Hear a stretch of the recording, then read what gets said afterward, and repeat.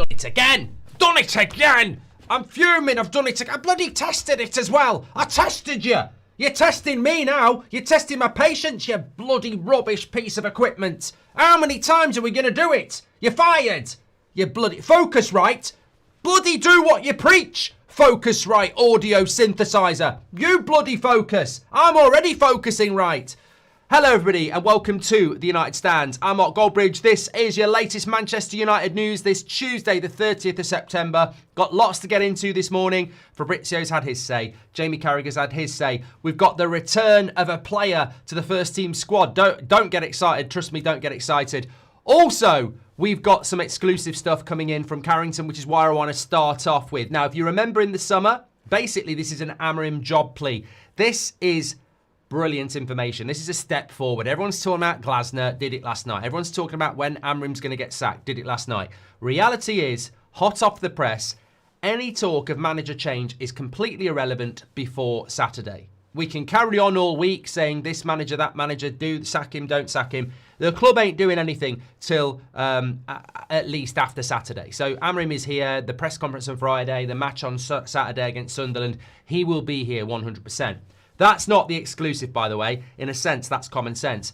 So, ever since March, international break, Amorim wants rid of Onana, exclusive. Start of April, Man United want Delap, exclusive. Garnacho's leaving the morning after the Europa League final. We've had a few bits come in over the last 6 months from the training ground. You may remember at the start of July, when the transfer window wasn't going that well, we had information coming in that Amorim had come back really positive, was really buzzing, was really excited. Some of us were like, why? You've had a crap transfer window. So we've always been occasionally had quite good themes of what the plan is. So where are we this morning? So I was up in Manchester yesterday, had a bit of time on my phone, did a few things, had a bit of conversations with certain people. And essentially where we are with Ruben Amorim's side, because we're getting a lot about what United might or might do. Amorim, and really interesting second part to this story, Ruben Amorim is basically saying to Manchester United, you either back me or you sack me. Like, it's not the end of the world if you sack me. Like, if you don't think I'm the guy, sack me. It's out of my control. You know, I don't want to be sacked. I want to do the job. But if you're not sure or you're not, you know, just sack me. We can't go on like this. So basically, Amorim is saying, look, let me go. Let me go. If you don't want me, let me go. If you do want me, back me. But ultimately, I'm just going to keep turning up. I'm going to keep being asked the same questions about formation. I'm going to keep saying the same things after the game. Being sacked is out of my control. I don't fear being sacked because it's out of my control. I'm not going to change the way I play. So, you know, are we doing something about this or aren't we doing something about this? So Amorim's position, whilst under massive pressure, is that, you know, I'm the manager. Unless you tell me I'm not the manager, you know, there we go. And his stance was described to me as being very sort of detached. You know, detached is the word I got. So how would you read that? I don't think he's determined, and I don't think he's, you know, confident anymore. I think he's detached. I think he's aware of the enormity of the situation, the enormous pressure, and I think he's looking for leadership from above. Well, he might be in for a very, very long wait.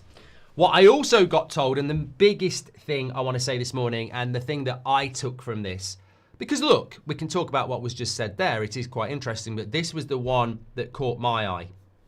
I asked, why is it he keeps focusing on experienced players? Because we've seen this before. We've seen it with Ten Hag when we went to Villa, and he's got Johnny Evans at centre-back. Why is it he's obsessed with playing Bruno and everyone like that? What I was told from the training ground is that Ruben Amorim is detached anyway. He does stand back. We've seen it at Carrington. We've seen the videos. He stands back. He leaves it to his coaches. He's quite withdrawn. The only players that he really interacts with are the senior players, the senior leadership group. So you've got a manager, and this is not mine, this is what I was told. You've got a manager who is under huge pressure, whose only real interaction in any depth is with experienced players like Bruno, Harry Maguire, etc. He's in massive trouble. Of course he's going to rely on the players that he actually talks to. So essentially, reading between the lines, we're not about to see Bruno Fernandes, Harry Maguire, Luke Shaw dropped for people like Yoro, Mainu, Heaven, Lemens. The way he manages, and I think Mourinho was quite similar. I was trying to think about stories from Carrington over the years. I pretty much remember Mourinho did this. I remember Mourinho did this. He was very detached from at least like 85% of his squad and treated them as basically employees. And then he had about 10% of the squad, Matic, etc. Was Matic at Man United when Mourinho was there? I think he was. But yeah, I'm trying to think who was on that leadership team then. It's hard to remember because it was so long ago. But he had a core of players that he sort of was close to. So this, to me, this morning makes me even more concerned because on the one hand, yeah, look, he's going to be here till the Sunderland game. On the other hand, the thing that needs to happen to save him, he won't do. He's not going to roll into a team with Yoro and Mainu in it when he's not tight with those players. He doesn't have a relationship with those players. He has the relationship with people like Bruno and Maguire. So he's going to keep picking those players to get him out of this problem. He's not going to go to, it'd be a very big surprise. So I thought it was really interesting information because I suppose you could have, you wouldn't know it, would you? You wouldn't know it. And I think it's really interesting because when you look at the situation, and this scares me even more, and I sort of agree with what Carragher said last night, which I'll speak about a little bit later. There's an inevitability to this. It's just a case of when, not if. Because if his way out of this is to focus on those players that he's close to, those players that he's close to aren't the right players. Like, I would liken this to, put yourself in this situation, right? You are wanting to get married and you want to build a long and happy life with your partner, right? On the one hand, you've got Michelle Pfeiffer, who I think is touching 70. On the other hand, you've got, I don't know, I'm not very good at this sort of thing. I always use Margot Robbie. Let's use her, who is a little bit younger.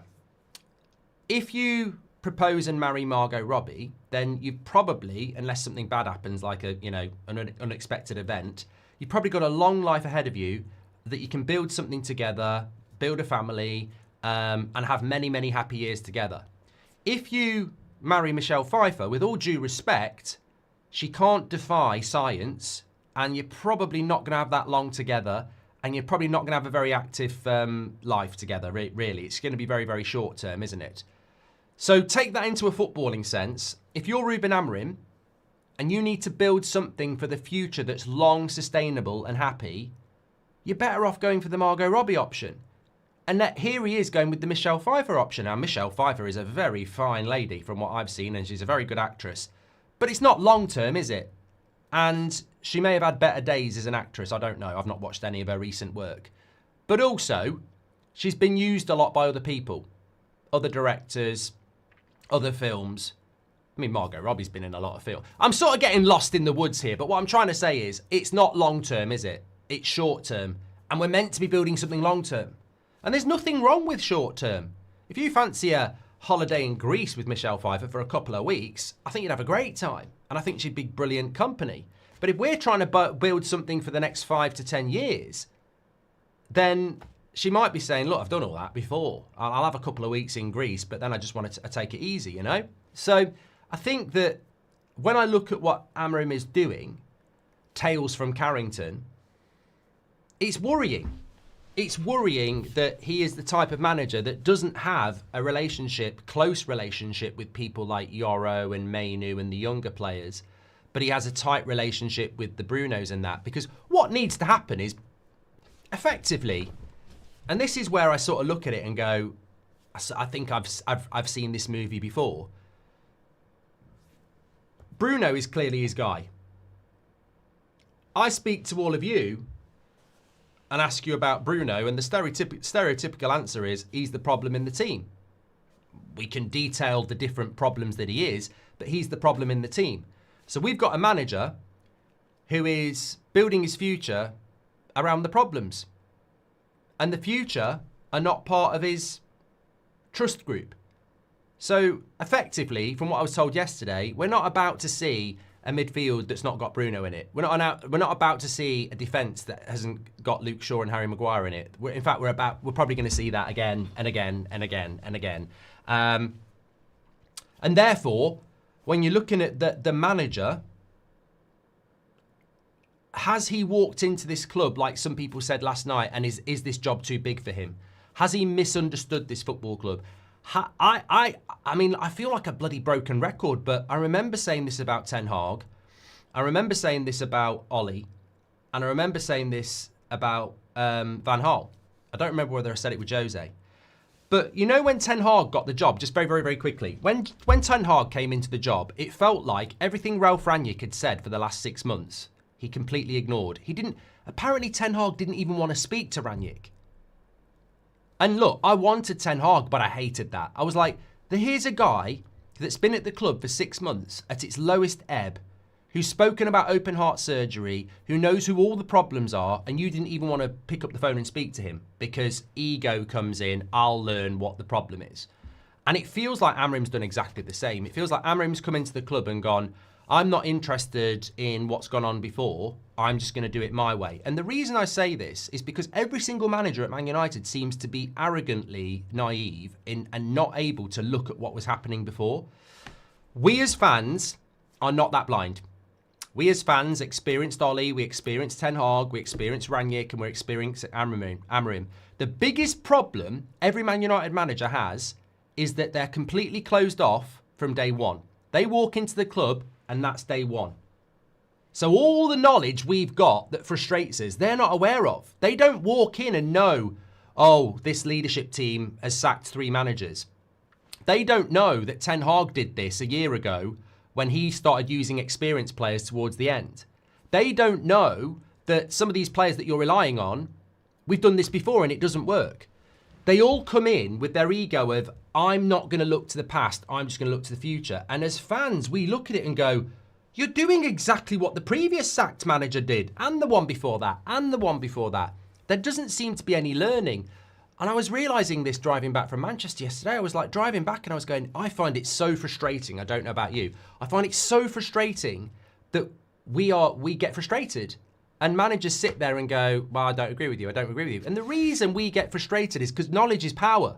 We've experienced all these managers being sacked and we've seen all their mistakes. We have a playbook of all the managers. Like we could all write it. If I said to you, come back at 2 o'clock with a list of things that Mourinho, Ollie, Rangnick, Ten Hag and now Amorim did, we'd all have at least 5 things. And then we'd all go, and Amorim's doing it there. Because there's no learning. There's no learning being passed over. Even at the highest point of the football club, why is... well, again, Barada may have come in and gone, I don't want to know what Arnold did. I don't want to know what Woodward did. Wilcox might have come in and gone, I don't want to know what Murta did. There doesn't seem to be any learning in this organisation. And that, to me, is just, you know, sometimes like when we're running the United stand and I'll go, what did we do in the March international break? Because the March international break's always a pain. You're sort of like, do you start talking about transfers? So I said, well, we've done about 7 international breaks in March. Can we go back and look at what we did? And, you know, one of the producers will go back and went, oh, it was all about Pogba because he did an interview, or it was all about Ten Hag versus Pochettino. Knowledge is power, and it's there. And Man United just don't seem to use that knowledge. They don't. They don't. And it's like an epiphany. I think that's something to do with Christmas, actually. But it's... the thing that frustrates us is the knowledge we have as fans, having experienced it all time and time again, the hamster cycle. The problem with the current manager and every other manager, and maybe the CEO, and maybe the director of football, and maybe the owners, is they do not learn from the past. It's a reset every single time, and they make the same mistakes. So when I'm told what I was told yesterday, that Amorim is sort of saying to the owners, I'm not scared of the sack, let me go if you want to let me go, but ultimately, back me if you want me to be here. Amorim is apparently quite detached. He's like, you know what? I'm under a load of pressure. Are you backing me or are you sacking me? If you're sacking me, I will end up Look, Amorim's stance, and this is guesswork, I haven't been told this. If you're Ruben Amorim, obviously his professional pride, sacked, but Arsene Wenger basically got sacked. You know, Graham Potter's just been sacked. Ancelotti's been sacked. Emery's been sacked. You know, lots of good managers have been sacked. Also, you're set for life. You've got 12 million in your pocket, and 100% you will get another job. You know, he's not going to be tainted by that. He will get another job. So there will be disappointment, but it's not the end of the world. So, you know, that's where Amorim is. He's basically waiting on leadership, which will probably never come. But what I found really interesting was the whole detached element from the squad. I'm craving him going, I'm trying to build a future here. People like Lenny Yoro, Mainu, these you know, De Ligt could be captain. These are future planning moves he could make. I was told yesterday he got no chance of that. Got no chance of that. He is not tight or close with all those players you mentioned. I was told, he respects and has, verbal conversations with them, but they're not trusted players that he's going to jettison his trusted players for. His leadership team, his Brunos, his Delos, his Maguires, they're the players that he's going to try and get in the team to save him because they're the players he's close to. And I just said, well, if that's the plan, then I sort of know the answer already. There is no way back, is there? Those players, why is he close to those players? And I was told, well, because they've been at the club for a long time, they're well respected in the club, they're good lads, they're good professionals, and Amorim needs, people like that around him. And ultimately you look at it and you go, that's the problem, isn't it?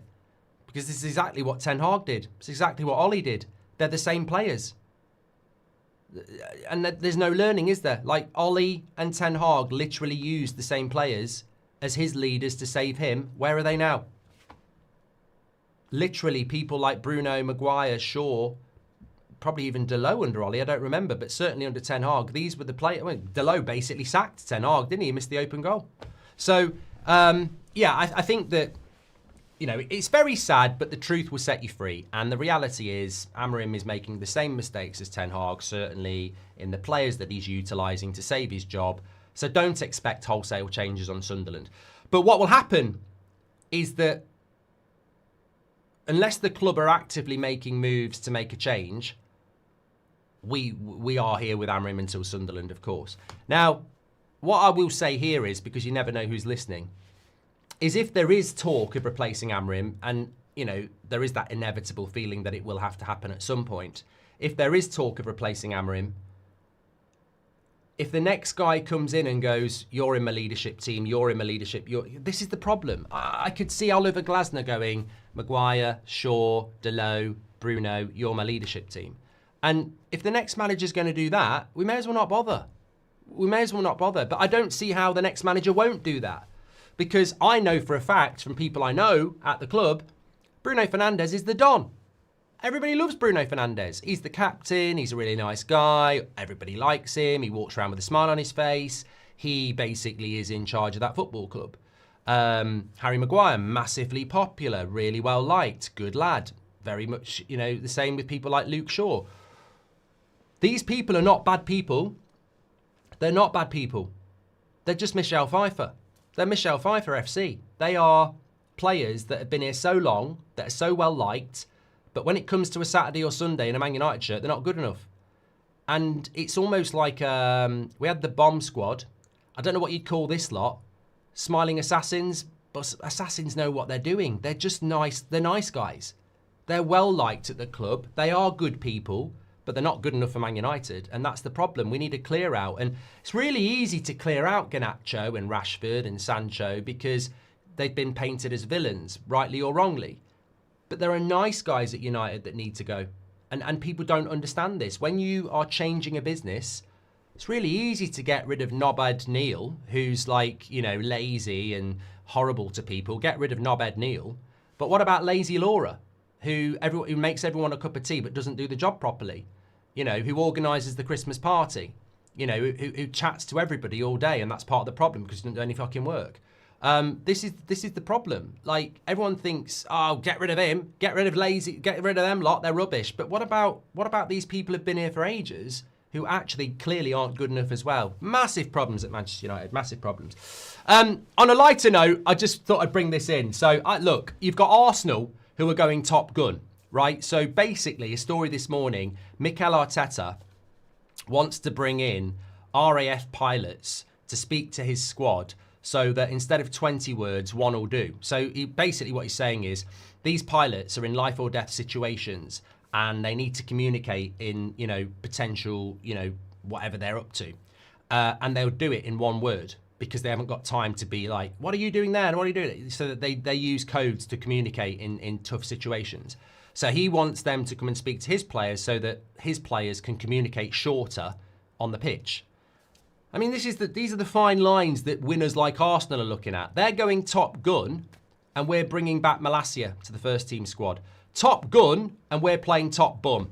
Who's the biggest shit player we've got? And that's Man United at the moment, isn't it? I mean, Malacia is now back joining in with first team training. I mean, forget about it. Shut up. We don't need to sack Amorim. We don't need to scrutinise the board. We don't need to moan about where we are in the league. Malacia's back. Malacia's back. Arteta's crying. Slot's resigning. Malacia's back. Oh my God. Oh my God. Sunderland aren't even turning up on Saturday. He's back. Malacia's back. It's like the return of Voldemort. Everybody's scared. They're shitting themselves. I mean, I saw it and I was like, oh, good, Malacia's back. Please put Malacia back in the team. I massively enjoyed watching him play for Man United last season, refusing to cross the ball. I mean, I distinctly remember a game where it was like, I was almost crying. I was almost crying. It's his refusal to cross the ball. This is a player that PSV didn't want. This is a player that nobody wants. Somebody in the chat's going to say, maybe we should try him in the midfield. I mean, that's the next thing that's going to tip me over the edge. We've had Lindelof, let's try him in, people used to say Wan-Bissaka in the midfield. I mean, Malacia's back training with the first team. I mean, I thought we wanted to get better at cross. Look, this is a problem, really, because if you're Arsenal and you're training against the likes of Saliba and Gabriel, you're going to get better attackers.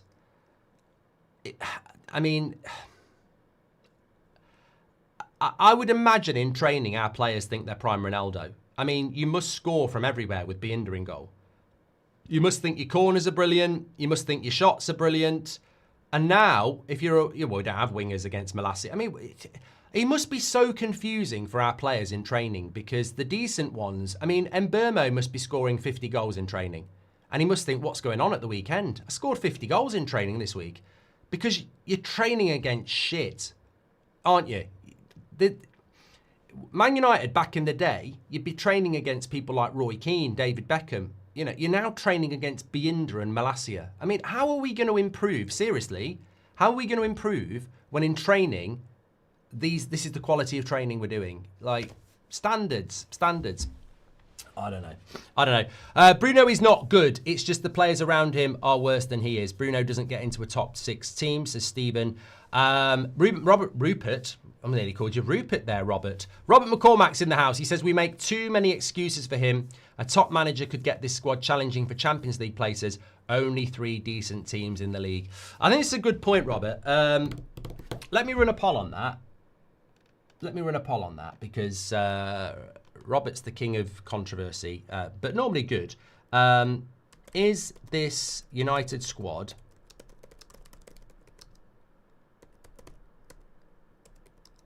potentially a top 4 side? Yes or no? So Robert's saying that we're making too many excuses for Amorim. A top manager could get this squad challenging for Champions League places. Only 3 decent teams in the league. I actually think, Robert, this is why I've got I don't mind saying sack the manager and bring in Ajabi. I don't mind saying sack the manager and bring in Glasner. I don't mind saying that. I'm just not motivated by it. Some of you are. Fair play. I'll tell you why I'm not. Because I actually, somebody came up with something brilliant last night. They called it the blame game percentage game. Or the blame percentage game. So basically what happens in that is you take players, manager and owners 100% and you apportion the blame. So I said 60% owners, 25% players, 15% manager. That's how I apportion the blame for Man United's current position. So 60% of the blame goes to the owners, 25% goes to the players and 15% goes to the manager. That's how I apportion it. So in answer to your question, Robert, is this team a top 4 team if you replace the manager? Logically, no, because 60% and 25% is 85%, and they're still here. I don't think 15% with a good manager takes us into the top 5. Our midfield is mid-table. Our goalkeeper is relegation standard. I think our front 3 is good enough to get us into the top 5. But without a midfield and a goalkeeper, I just don't see it. So I don't even know what our wing-backs are either. So I don't think we're a top 5 side, and I'll explain why. Arsenal, Liverpool, Man City are way better than us. Chelsea, Spurs, Newcastle, I think are better than us across a 38-game season because they're more consistent. We might be able to get a result against them on a one-off like we did Chelsea, although it was against 10 men. But we're talking about 30. I think some people get mixed up with we could beat them and 38-game season. That's two very different things. We can't win 2 games in a row under Amorim.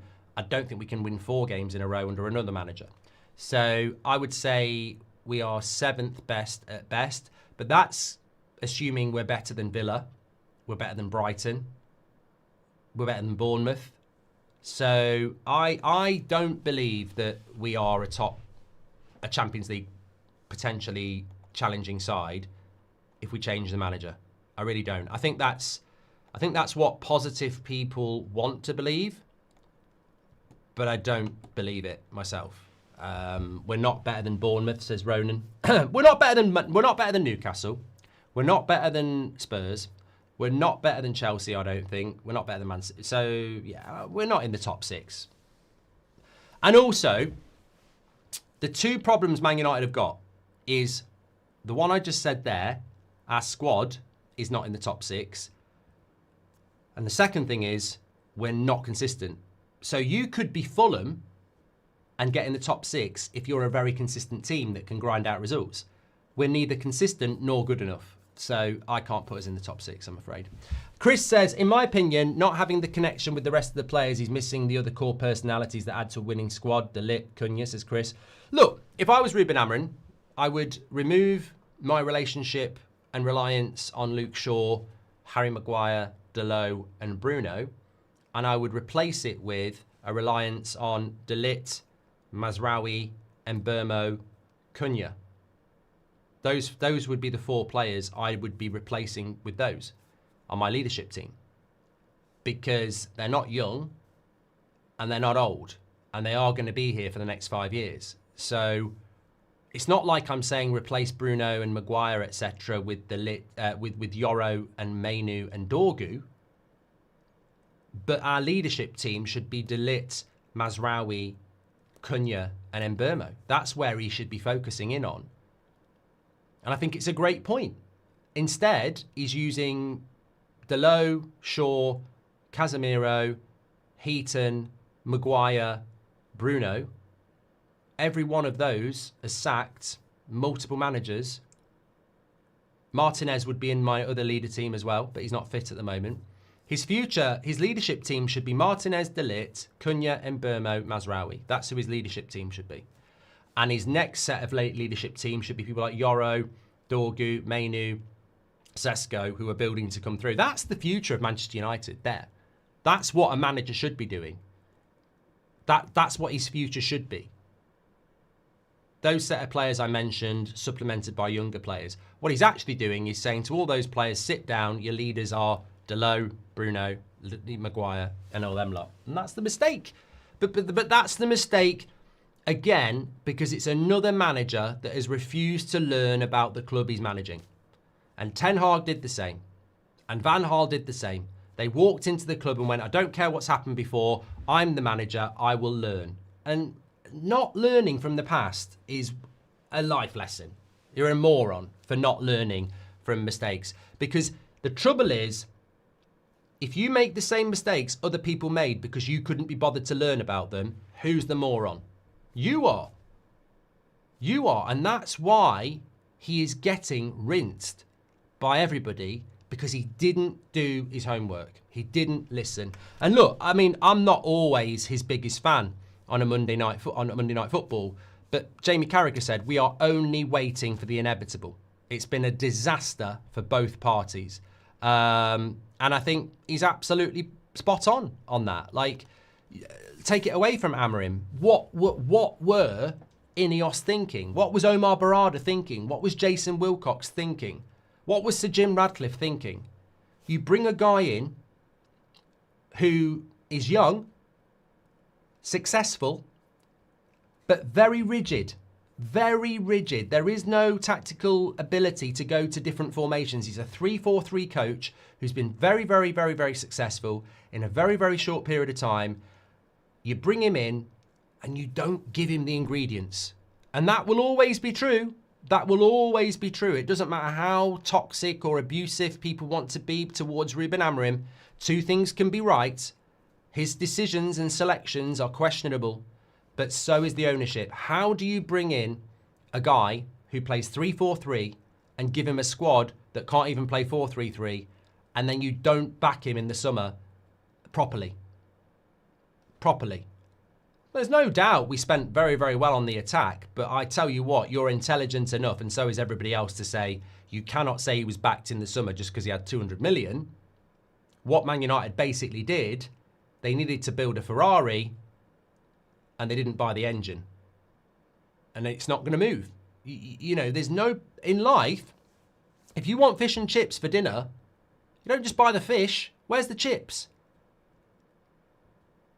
If you want to go on holiday to Greece, Michelle Pfeiffer, but you don't buy a package holiday, you've got to book it all yourself, and then you turn up to the airport and Michelle's there ready to go.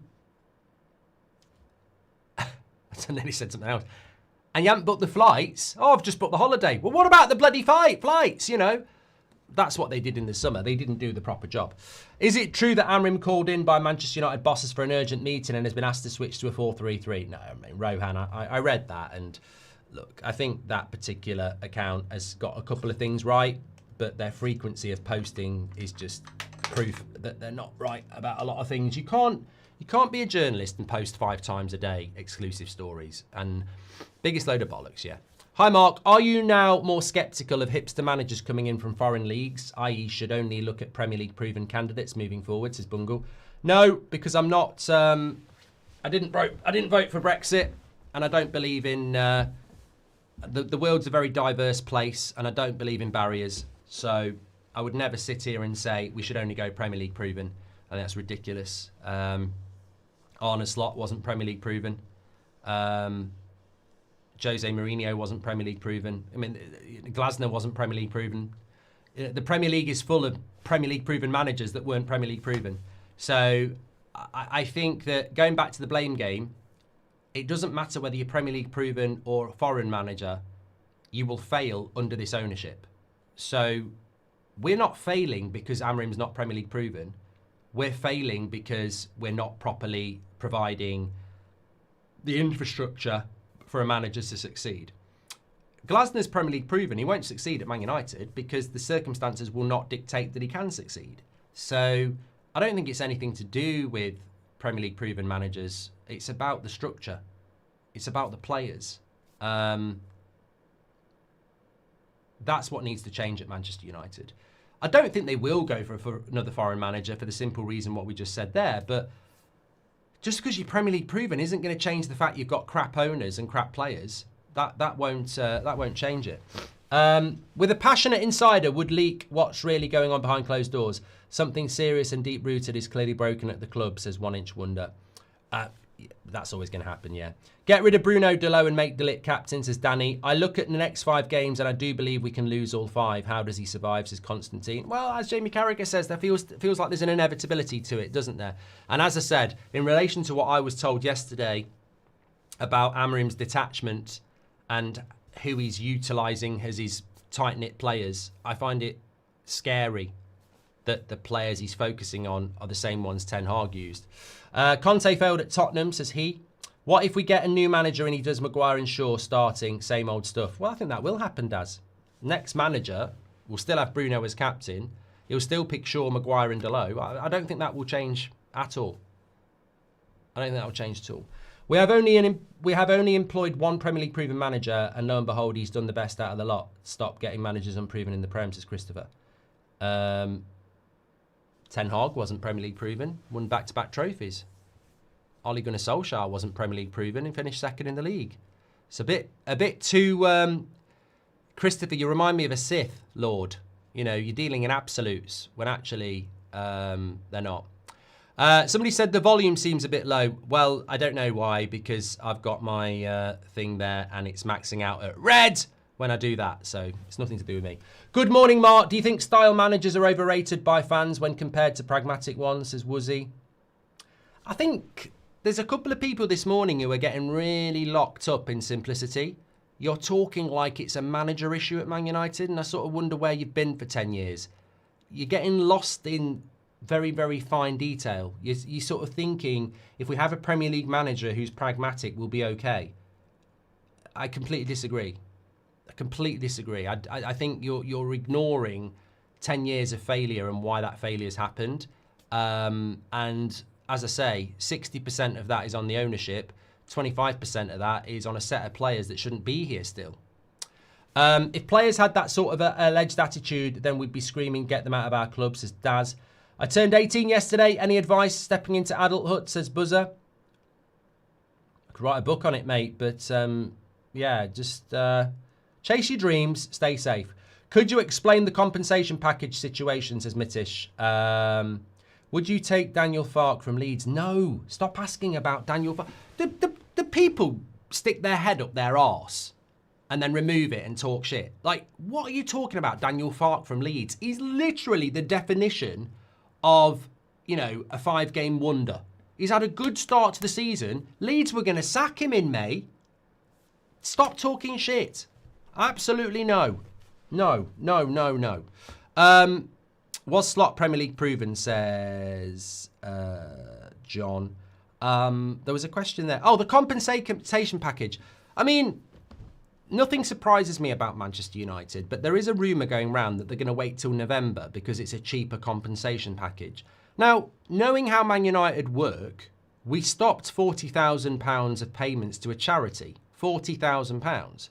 So if there's the opportunity to save a couple of million, you could well believe it. I would hope it is complete and utter nonsense, but I don't have any information one way or the other. The reality is, as we were talking about last night, check out the show, the club want to stick with Amorim. He will definitely be in charge for Sunderland. If he beats Sunderland, he'll be in charge for Liverpool. If he loses to Liverpool, he'll be back in trouble again, but if he beats Brighton, he'll still be in a job. So you can see him making it to November quite comfortably. If he loses games, he won't. There will be a lot of United fans. I don't agree with it. I do not agree with it. I really don't agree with it. But I'm not going to slag them off.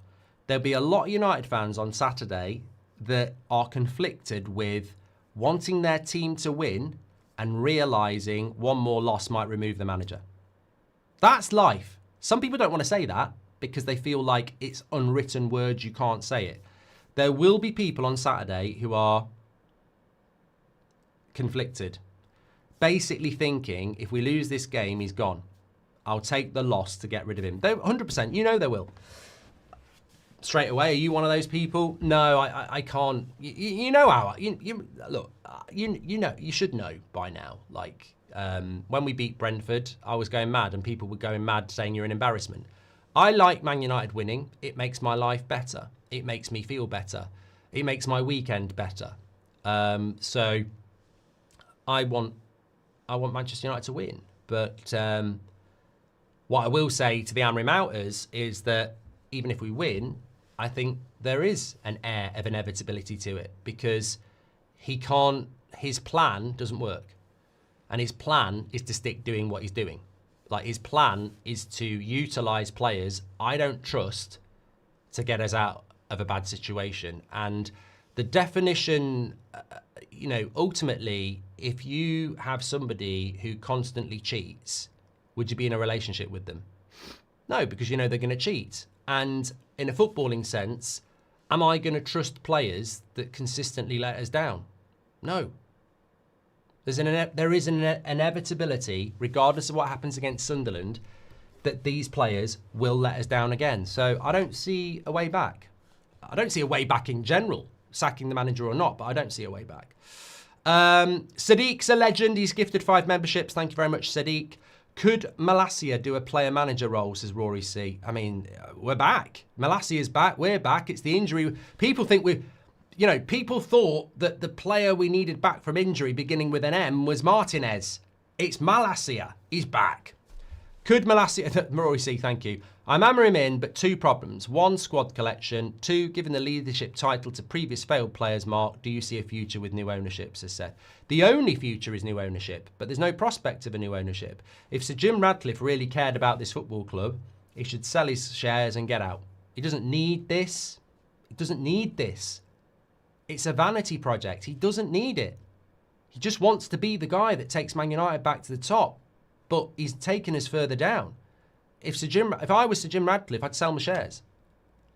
I'd do an interview and I'd sell my shares. I'd say, look, I want the best for Manchester United. We've come in, we've tried. It's not working with this relationship. I want to do what's best for this club, this city, this fan base. We've tried. It doesn't work. The fans were right.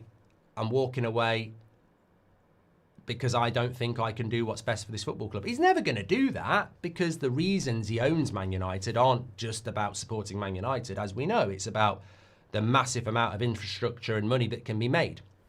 But he should be walking if he cares about the club because he's failed. As I think anybody would fail. I would fail. You would fail. Having to work under the Glazers, you would fail. It's a failure in definition. But a change of ownership is 100% what is needed. I just don't think we'll get it. And that's why I know he's not a real lifelong Man United fan, because if he was, he doesn't need the money. It's not like he's borrowed money and this needs to work or he's finished. He's a multi-billionaire. He doesn't need the money from this. He should walk. If he, do you think he feels like you feel now? Do you think he's utterly frustrated with 10 years of failure? Do you think he's utterly fed up with the state of the football club? Well, every other Man United fan is, so why isn't he? And he's got the power to change it. He's literally got the power to change it. What if those players, Yoro, Manu, are way off the first team, way off? None of them showed they can step up. They all look lost when they play. I don't think Yoro looks like that at all, mate. And also, if you think Yoro looks lost when he plays, what the fuck is Luke Shaw doing? What was Maguire doing at the weekend? What's Bruno doing? Don't, for 1 minute, try and tell me we're better off with Luke Shaw than Yoro. Come on. Build for the... Luke Shaw's... He's a busted flush. Build for the future. I'd rather have Yoro. If Luke Shaw and Yoro are putting in the same performance, you go with Yoro because he'll get better and he'll be here for longer. Is there any truth in we're interested in buying back Ethan Gilbraith? I've never heard anything about that, Stephen. Sherwin says, if you talk Premier League proven, all great managers, Klopp, Sir Alex, Mourinho, Pep, Wenger, came to the Premier League without prior experience. Exactly. Changing manager under this owners is like changing filter in car while the engine is not working. It literally doesn't matter. What is next? Chicken manager. Check-in says, thank you very much. 4 or 5 players each Windows squad is built in 5 years, says Oliver. And John says, this is solely on Ineos and their sporting team. They did their review and decided to change our whole system with minimal funds. Absolutely crazy. I think that needs to hang in the Louvre. It's sort of what many of us have been trying to say for a very, very long time. And you need to hang it in the Louvre. Like, they basically recruited a guy who, well, they did a review, changed the manager, changed the whole system, and didn't have the funds to do it. As I said yesterday, we'd have been better off going for Thomas Frank after Ten Hag because at least he plays a 4-3-3 and plays a style of football that's a little bit like the style of play these players want to play. They want to play counter-attacking moments football. It's like knocking your house down because you don't like it, having plans for a mansion and then not having the money to build it. That's literally what Ineos have done. A house that most people didn't like but was okay, got demolished to build a mansion everybody did like, and then they've gone, oh, we don't have the money to do it. And we're in ruins. Would you play Malacia at left centre-back over Luke Shaw? Oh, my God. No, I wouldn't. I think he's crap, mate, Sir Alex. We need to go to 4 at the back as soon as possible. 3 at the back is making the entire Premier League laugh at us. It's not the formation, Darren. It's not the formation. Glasner plays a 3-4-3. Eddie Howe's played a 3-4-3. Other clubs play a 3-4-3. It's not the formation. It's the selections and it's the players. It's the decisions. If Glasner comes in this week and plays a 3-4-3, you'll say it's not a 3-4-3. Do you think the appointment of Amorim set us back years, says Casper? I mean, what sort of question is that, Casper? Do you think the appointment of Amorim set us back years? What does that even mean? I don't even know what that means anymore. I'm not being inflammatory or confrontational. I don't even know what that means. We were already shit. How can we go back for... What do you mean set us back years? The Glazers set us back years every year they're here. Ollie set us back years. Ten Hag set us back years. Like we're on a consistent slide down. I don't think that's because of Ruben Amorim. I think it's because of the decisions made by players and owners. Don't bring a manager in that you can't afford to fund. Don't change the whole psyche of a club when you can't afford to follow through on it. I think we're past being set back years. I don't think you can gauge it on that anymore. I would say, have we hit rock bottom, Casper? That's the thing I always say. Have we hit rock bottom? I think there's been so many times over the last 5 years where I've said to you, have we hit rock bottom? And some people have gone, the only way is up.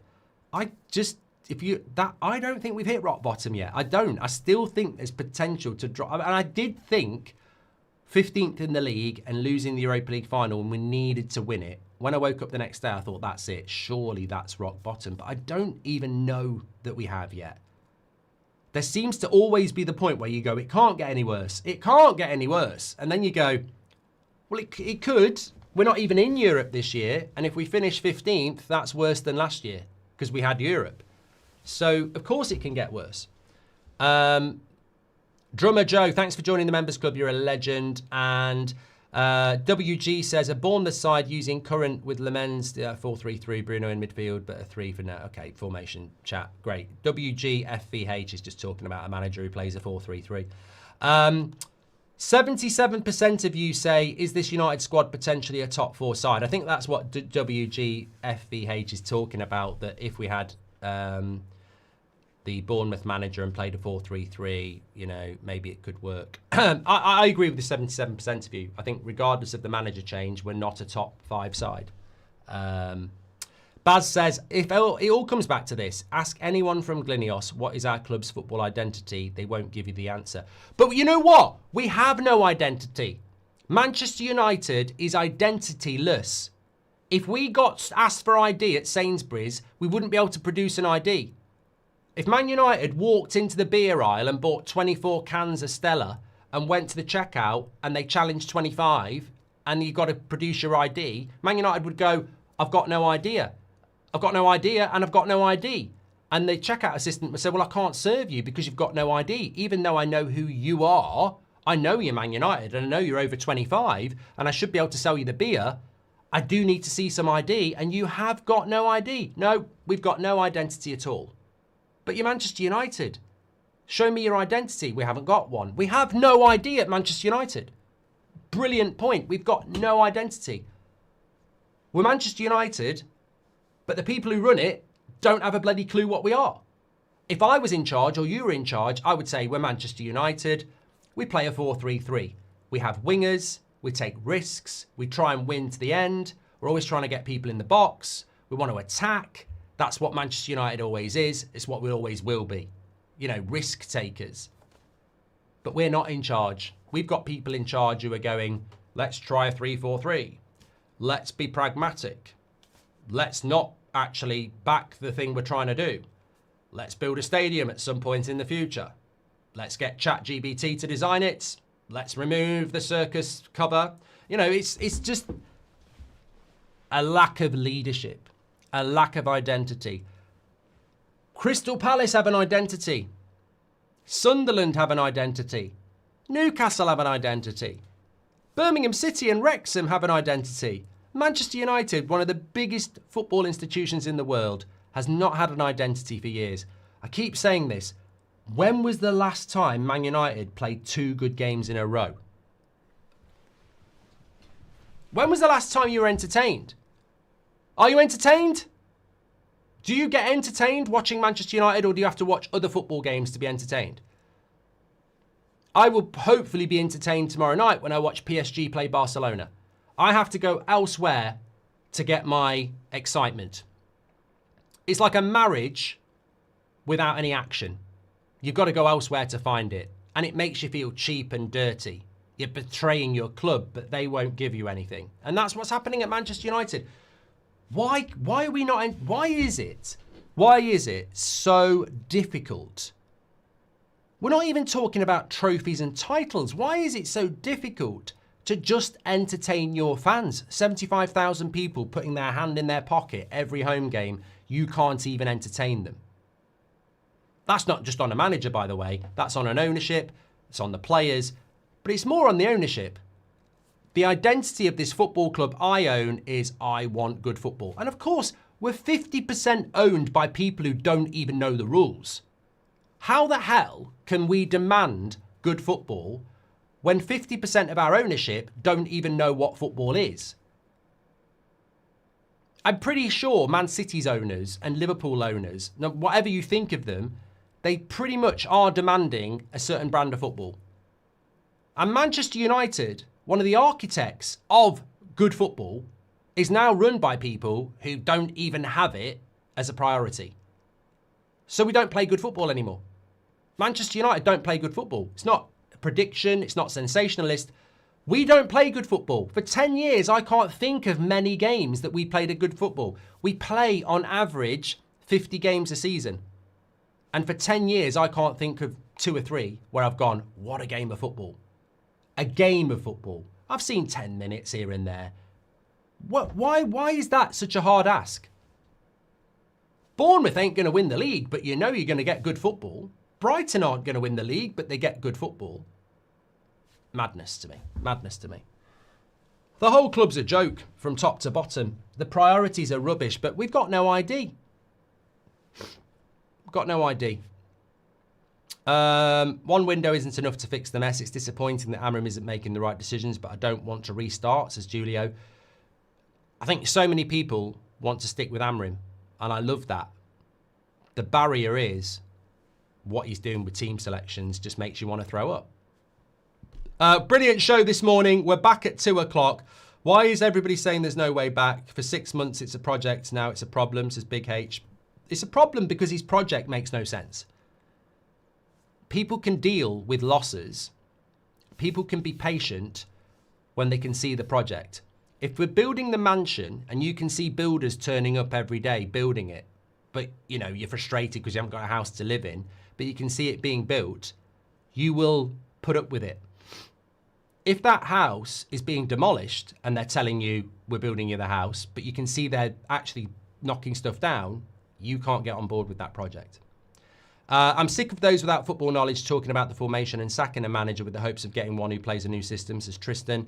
I was so sure Amorim was the man to turn things round, says Dan. Not sure where we go from here. The manager candidate pool isn't good. Where can you see the Glazers leaving in the 10 years? I don't think they're going to go. I think the Glazers are here for at least 20 years, Farrick. Slot playing Van Dijk as a CDM is akin to playing Bruno in the pivot. I've said that before, Pete, and you're absolutely spot on. And Stephen says that it was reported in the Northern Ireland media about Ethan Galbraith.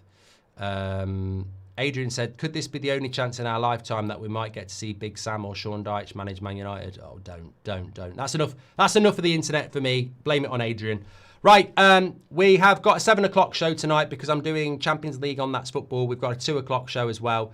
Brilliant show this morning. Thank you, everybody, for tuning in if you were watching live. And I'll speak to you all in a bit. Take care.